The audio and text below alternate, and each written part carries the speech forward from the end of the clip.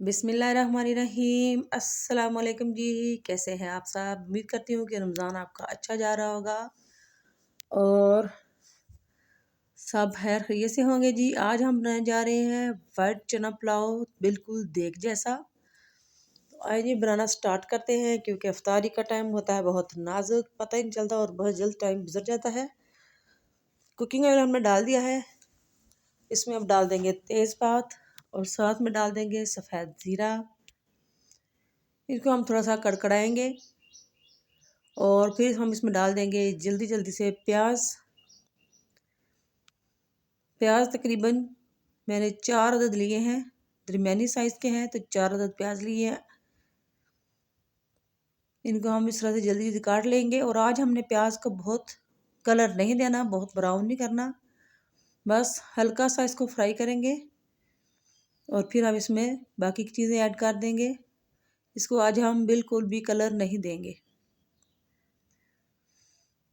2 से 3 मिनट तक इसको पकाएंगे। हाँ जी, यहाँ पर अब हम इसमें डाल देंगे टमाटर। टमाटर तकरीबन है 3 अदद, ये हमने डाल दिए। और अब इसमें जाएगा अदरक लहसुन का पेस्ट, थोड़ा सा पानी डाल के इसको मैंने पीस लिया है, वो डाल देंगे। और साथ में हम डाल देंगे इसमें मसाले। मसालों में जाएगा बिरयानी मसाला 2 टेबलस्पून, दड़ा मिर्च 1 टेबलस्पून है, और गरम मसाला 2 टेबलस्पून, नमक 2 टेबलस्पून और धनिया पाउडर 1 टेबलस्पून, ये हमने डाल दिए। माशाल्लाह से बहुत अच्छी खुशबू आ रही है। यहाँ पे हम डाल देंगे वाइट विनेगर, ये भी हम तकरीबन 2 टेबलस्पून डालेंगे। इससे हमारे चावल अच्छे बनते हैं, टूटते नहीं हैं, गिरते नहीं हैं। वो हमने डाल दिया है। और अब इसमें जाएंगे चने। चने को मैंने बॉईल करके फ्रीज़ किया हुआ था, तकरीबन आधा किलो उसमें चने जाएंगे।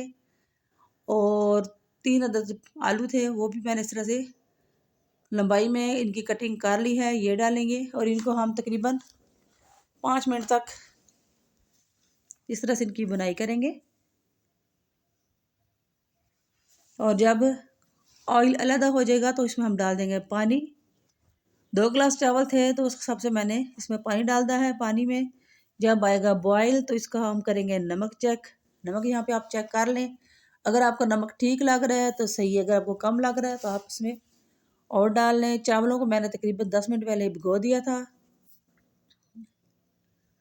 अब उनका पानी उतार के तो अच्छी तरह उनको धो के अब इसमें हम शामिल कर देंगे। और अब यहाँ पे हम पानी खुश्क होने तक चावलों को अच्छी तरह से पका लेंगे। मौसम की वजह से थोड़ा सी तबीयत मेरी गड़बड़ हुई है, क्योंकि कभी ठंड हो जाती है और कभी गर्मी। अल्लाह की शान है जी। देखें कितना ठंडा ठंडा रमज़ान हो गया है फिर से। यहाँ पे हम इसमें डाल देंगे तकरीबन 4 हरी मिर्चें मैं डालूँगी।